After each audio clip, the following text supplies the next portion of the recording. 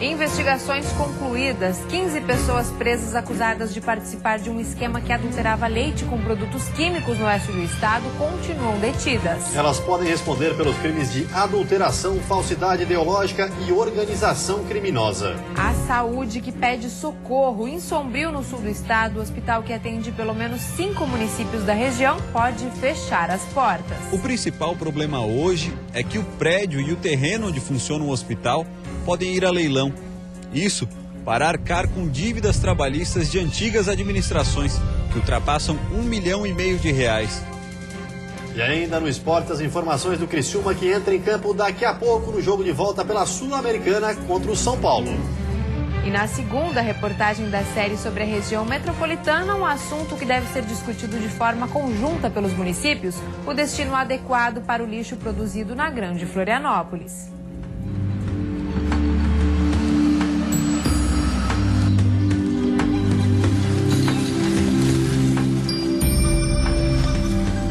O Band Cidade desta quinta-feira já está no ar.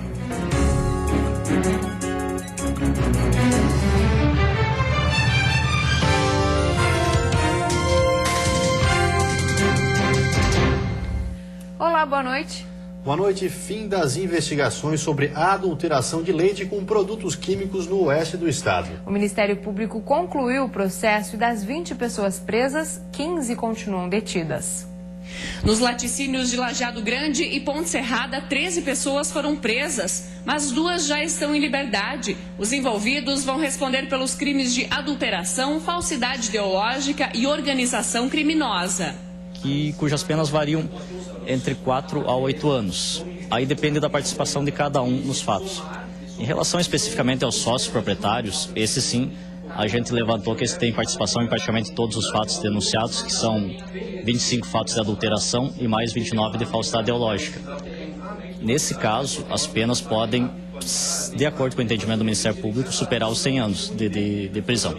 Na Operação Leite Adulterado 1 e 2, 48 pessoas foram denunciadas pelo Ministério Público. 20 funcionários e proprietários das empresas envolvidas foram presos e 15 continuam detidos nos presídios de Chapecó e Maravilha. Durante o incêndio de Vista Alegre, no Rio Grande do Sul, adulteravam o leite in natura, adicionando soda cáustica, formol, álcool e água oxigenada. Em Mondaí e no Rio Grande do Sul, das 7 pessoas presas, 4 estão em liberdade por não oferecer riscos para as investigações. Além do leite cru que era distribuído para outras empresas em outros estados, também o leite que era levado para fabricação na própria empresa e posteriormente ao mercado consumidor, também havia por vezes a adição de produtos químicos de forma irregular neles, né? O Ministério Público não pediu o fechamento das empresas, mas os laticínios estão sendo monitorados pelo Ministério da Agricultura e Abastecimento. As empresas estão operando naquilo que é regular e tão logo o mapa compreenda que tem condições de sair da empresa, porque a empresa agora adotou um caminho correto, isso vai acontecer naturalmente. Saúde precária em Sombrio, no sul do estado. O único hospital da cidade está prestes a fechar as portas. O Hospital Dom Joaquim possui 72 leitos.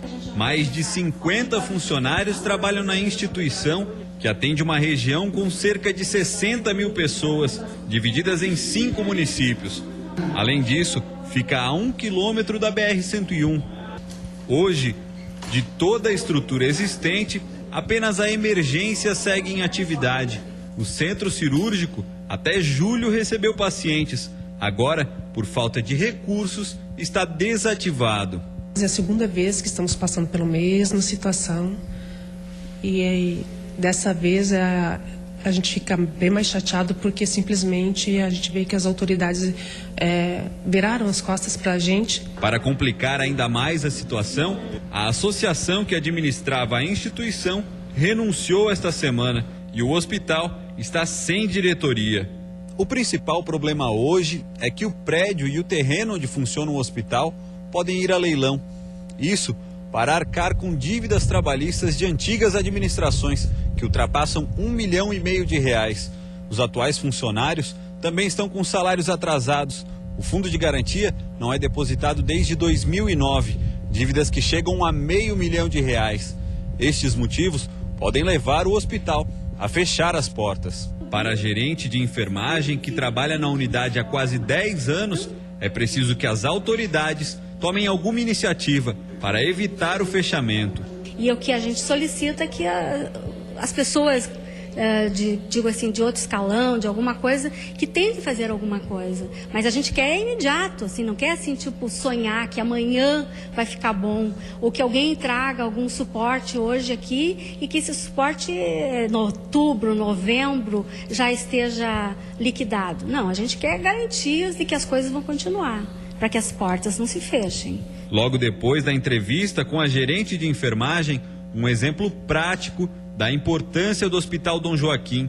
A agitação dos funcionários é devido à chegada de um bebê de apenas 6 meses de idade, que caiu da cama e teve traumatismo craniano.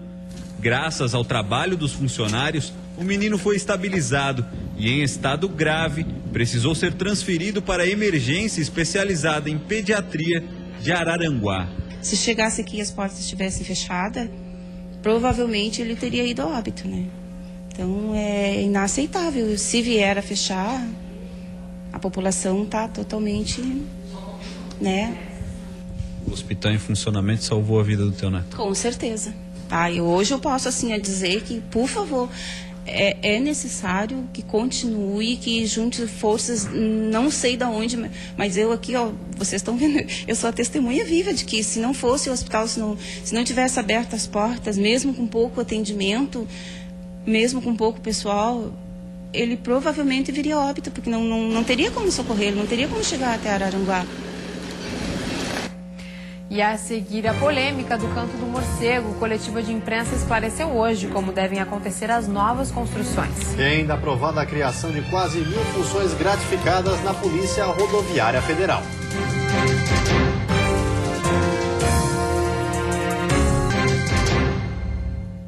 A polêmica continua em Itajaí. Depois de conseguir na Justiça o direito de construir na região da Praia Brava Norte, hoje foi debatido como devem acontecer as novas construções. A expedição de alvarás e licenças para as novas edificações na Praia Brava Norte estavam suspensas desde maio do ano passado. O bloqueio aconteceu em decorrência de uma ação civil pública. Entretanto, há cerca de 2 semanas, o Tribunal de Justiça de Santa Catarina decidiu liberar as construções no local. Hoje, a Associação de Proprietários de Imóveis da Praia Brava, a APROBRAVA, convocou a imprensa para esclarecer como vão acontecer as edificações na região. Vamos ter 166 metros da praia até a primeira construção, digamos. Justamente esses recuos são que vão dar o ambiente de praia que atualmente tem. As construções vão estar lá, no pé do morro. Então vamos ter uma distância de 166 metros, onde vai ter uma área verde. Bom, a restinga, obviamente, vai ser mantida, como está sendo mantida atualmente, justamente com a forte colaboração da Probrava. E mais os 50 metros que é a partir da rua que tem atualmente, vai ser uma faixa verde antes das construções. Durante a reunião, os representantes da APROBRAVA garantiram que esta região, conhecida como Canto do Morcego, vai permanecer intocada. Segundo eles, as construções devem chegar somente até a parte plana da Praia Brava Norte. Ali é uma área de preservação, jamais tocaremos naquela área e jamais deixaremos alguém tocar naquela área, né? Nós somos proprietários da área, temos interesse que aquilo ali fique do jeito que está. Entretanto, a liberação de novas construções não foi bem recebida pela Unibrava, a associação que luta pela preservação da região. Há poucos dias, a entidade chegou a realizar um abraço coletivo para protestar contra a decisão. Cerca de 500 pessoas participaram do ato. Segundo os representantes dos proprietários dos imóveis, embora o Tribunal de Justiça tenha liberado a expedição de alvarás, por enquanto, nenhum projeto de construção no local foi protocolado. Reforço à vista, será analisado no Senado o projeto que prevê a criação de quase 1.000 funções gratificadas para servidores do Departamento da Polícia Rodoviária Federal. Pelo projeto, os policiais que trabalharem para exercer atividades de direção, chefia e assessoramento e serem titulares de cargos efetivos dentro da Polícia Rodoviária Federal vão receber a mais pelo trabalho. Segundo o chefe de comunicação do órgão, hoje os policiais exerciam esses serviços com baixa remuneração. Vai haver uma valorização desses cargos e principalmente um estímulo as pessoas assumirem e se capacitarem para essas funções. Nós teremos, com certeza, uma gestão mais profissional, mais eficiente e mais capacitada. Os valores vão de R$ 1.336 a R$ 5.000. Além da criação das 969 funções gratificadas, a proposta cria ainda 384 funções de confiança e 5 cargos em comissão. A matéria segue agora para análise no plenário do Senado e precisa ser sancionada pela Presidência da República para ter validade.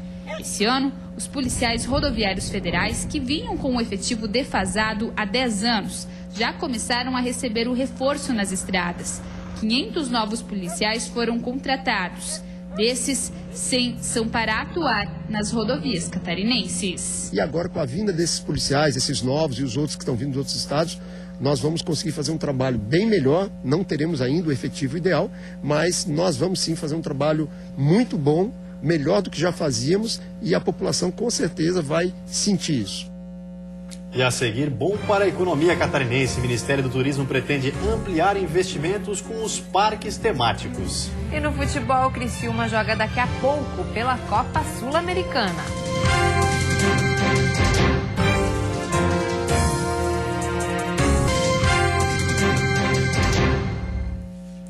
Economia do lazer. O Ministério do Turismo anunciou recentemente que pretende ampliar os investimentos e as relações com os parques temáticos. Alegria e descontração.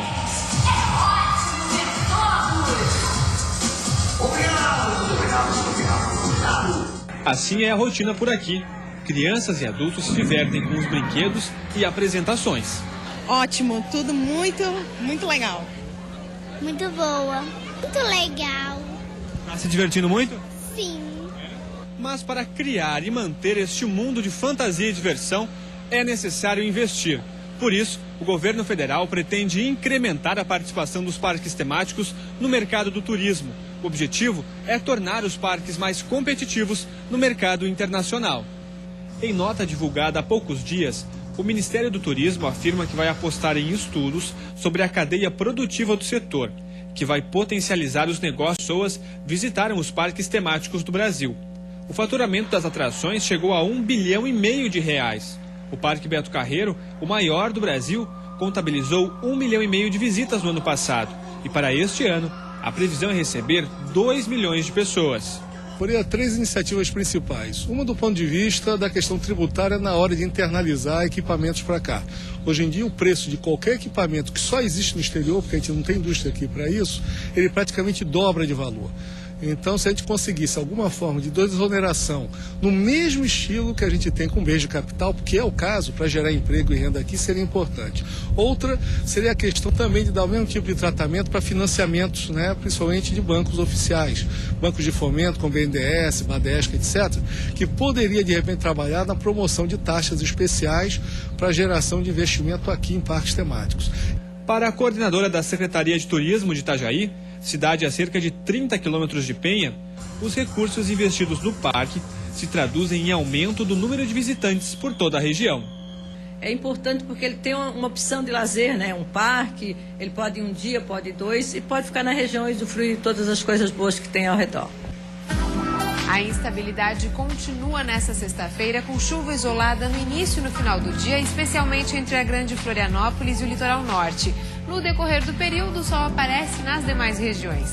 A temperatura mínima deve ficar em 7 graus na Serra e a máxima em 23 no litoral norte do estado. No Planalto Norte, mínima de 10 e máxima de 16 graus. Na Grande Florianópolis, Vale do Itajaí e oeste do estado, a máxima chega aos 21. E no sul, mínima de 14 e máxima de 22 graus. E agora o futebol. O Criciúma entra em campo daqui a pouco às 8 horas no jogo de volta pela Copa Sul-Americana. O Criciúma está em Sorocaba, onde treinou para enfrentar o São Paulo hoje à noite no Morumbi. O Tigre tem a vantagem de ter feito 2-1 no jogo de ida no Heriberto Wilson. O técnico interino Wilson não revelou se a equipe que vai a campo é a mesma que enfrentou o time paulista na semana passada. O que é certo é que o técnico não poderá contar com Fábio Ferreira, que com dores será poupado, com o lateral Eduardo, que também está machucado, e com o lateral Cortez, que por uma cláusula contratual não poderá atuar.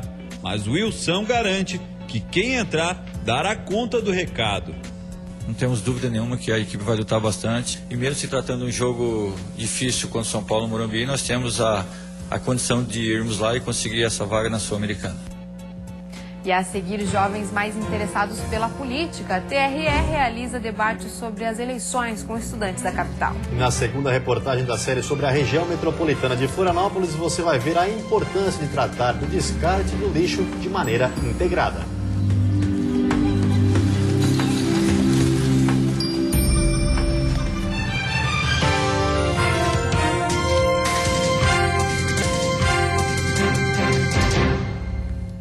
O voto de jovens entre 16 e 17 anos é facultativo. Nessas eleições, a faixa etária soma mais de 1.600.000 eleitores aptos a votar. Mas apesar do número parecer elevado, dados da Justiça Eleitoral revelam que eles são minoria. Por isso, uma campanha do Poder Judiciário está levando informação às escolas. Uma aula diferente foi realizada hoje para alunos do 3º ano do ensino médio deste colégio particular no centro da capital. Em debate, os temas judiciário, política e eleições. Como são eleitos os deputados e senadores e também aqueles que exercem cargos de executivo, prefeito, governador e presidente, e também um vídeo de como funciona todo o nosso sistema político. A iniciativa é da Associação dos Magistrados de Santa Catarina e está percorrendo escolas da rede pública e privada com a intenção de incentivar a prática da cidadania entre os jovens e a participação deles nos processos democráticos onde vivem. Existe uma possibilidade muito grande de forjar uma cidadania muito mais forte a partir dos jovens, como você, as novas gerações de eleitores. Para o presidente do Tribunal Regional Eleitoral de Santa Catarina, o desembargador Vanderlei Homer, o evento tem dupla importância, porque os jovens alunos são também futuros eleitores e participantes da política brasileira. Através da juventude é que nós podemos fazer a formação de eleitores conscientes e que saibam qual é a distinção do voto correto e não correto. A escolha pelo público jovem também tem outra explicação. De acordo com a Justiça Eleitoral, apesar do eleitorado brasileiro ter crescido 5% nos últimos 4 anos, o número de jovens votantes caiu. Nestas eleições, eles representam apenas 1% do total, o menor percentual com idades entre 16 e 17 anos em 2 décadas. Nessa faixa etária, o voto não é obrigatório. Mas o evento despertou o interesse dos alunos em acompanhar de perto esta votação e participar de futuras eleições. Eu achei bem legal, porque a gente nunca tinha tido essa oportunidade aqui no colégio. Acho que foi bastante produtiva. Em todas as escolas que existem aqui no Brasil, em Santa Catarina, Florianópolis, ter uma educação política para dizer o que é o voto. E ontem nós mostramos aqui no Band Cidade a primeira reportagem da série que traz assuntos que devem ser discutidos pelos municípios da Grande Florianópolis com a criação da região metropolitana aprovada na Assembleia Legislativa. Um desses temas é o destino do lixo produzido aqui. Hoje nós vamos mostrar o que poderia ser feito para economizar e melhorar a logística da coleta e do transporte do lixo comum e reciclável.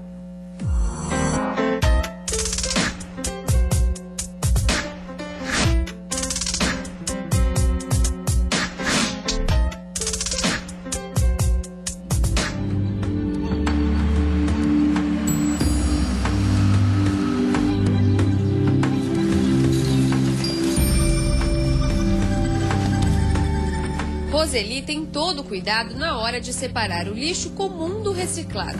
Mas a dona de casa nem imagina todo o percurso que é feito para levar os resíduos. A ideia que eu tenho é que quando o caminhão passa aqui e leva o lixo, ele vai para o depósito do reciclado. O lixo da Roseli e de todos os moradores do continente de Florianópolis é levado primeiro à estação de transbordo, que fica no Itacorubi, para depois ser encaminhado ao aterro de Biguaçu, que recebe os resíduos de 21 municípios do estado. A estação de transbordo é um local onde a gente transfere dos caminhões de coleta dos bairros os resíduos sólidos para uma carreta maior para poder fazer o transporte até o aterro sanitário de Biguaçu. É uma maneira mais econômica porque hoje, numa segunda e terça-feira, nós fizemos em torno de mais de 120 viagens dias e com essa estação de transbordo nós acabamos fazendo 19 a 20 viagens dias.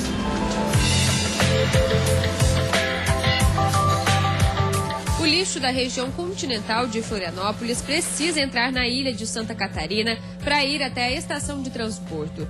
Depois, os resíduos saem da capital com destino ao aterro sanitário de Biguaçu.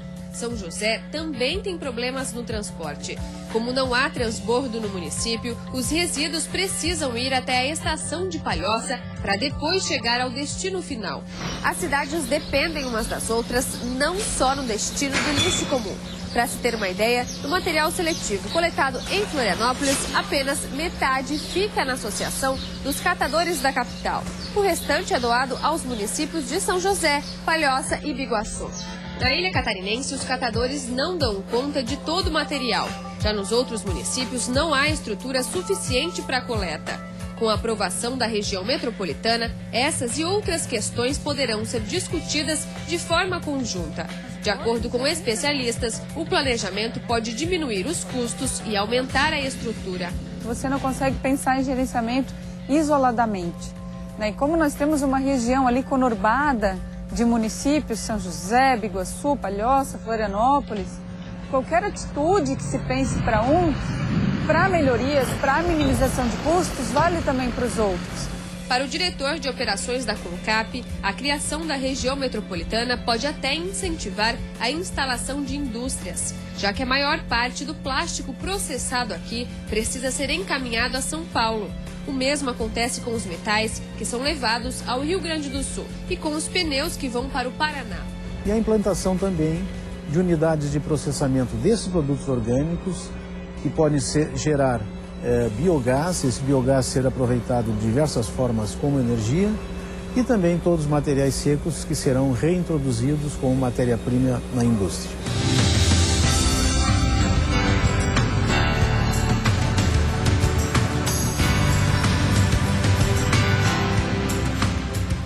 E amanhã, na última reportagem da série sobre a região metropolitana, vamos mostrar como o transporte coletivo que liga as cidades da Grande Florianópolis pode melhorar com o planejamento conjunto entre os municípios. Vamos ver como está o trânsito ao vivo aqui na capital. Você vê imagens das pontes que fazem a ligação entre a ilha e o continente. Trânsito lento em ambos os sentidos. Na capital faz 18 graus nesse momento. E você fica agora com o Jornal da Band. Uma ótima noite a todos e até amanhã. Uma boa noite para você. Até amanhã.